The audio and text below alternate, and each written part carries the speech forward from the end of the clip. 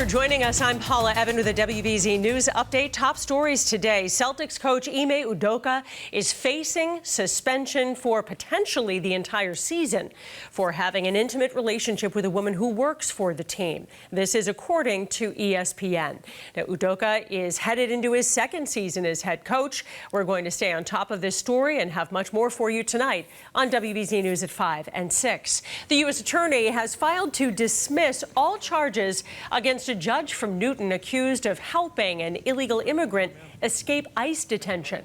Judge Shelley Joseph was facing charges for helping that person sneak out of her courthouse.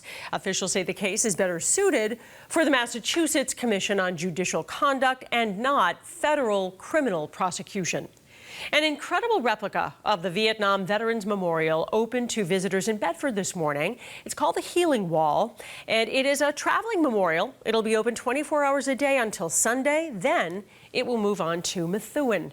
Let's get a check of our rainy forecast now with meteorologist Zach Green. Zach? And round one of the rainfall is already wrapped up, leaving behind anywhere from an inch to closer to 2 inches in some isolated spots. Round two is now going to take us through the majority of the afternoon. By the time we reach about 2 to 4 o'clock, most of the slug of moisture is going to be off to the southeastern side of the state. We'll still have some leftover showers as we move to the north of the Pike. But 4 or 5, we start to shut things down north of the Boston to Worcester line. We're still going to have the residual delays, and I do think travel conditions are going to be slow any way you slice it. But we'll add some additional tallies out towards Bristol, Plymouth County, and eventually the Cape and the Islands will start to sweep this out of the way closer to the 9 o'clock hour. Once that point happens, we just completely eliminate the humidity. So the dew points will drop off dramatically, and in fact, we'll land into the 30s and 40s, which is not exactly where we should be for the first full day of fall, but we definitely want to have sweaters as we wake up early tomorrow, as we've got the 40s for most of the region. Mid-50s as we go out towards the Cape and the Islands with some pesky wind, or rather some pesky clouds that are just kind of stick around Buzzards Bay, but I think that will disperse over time as well. So mostly sunny skies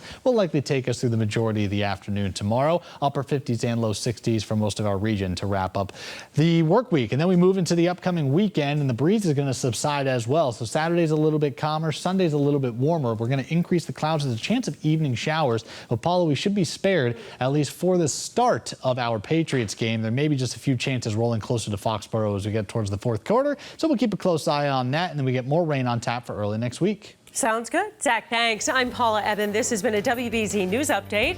Have a good day.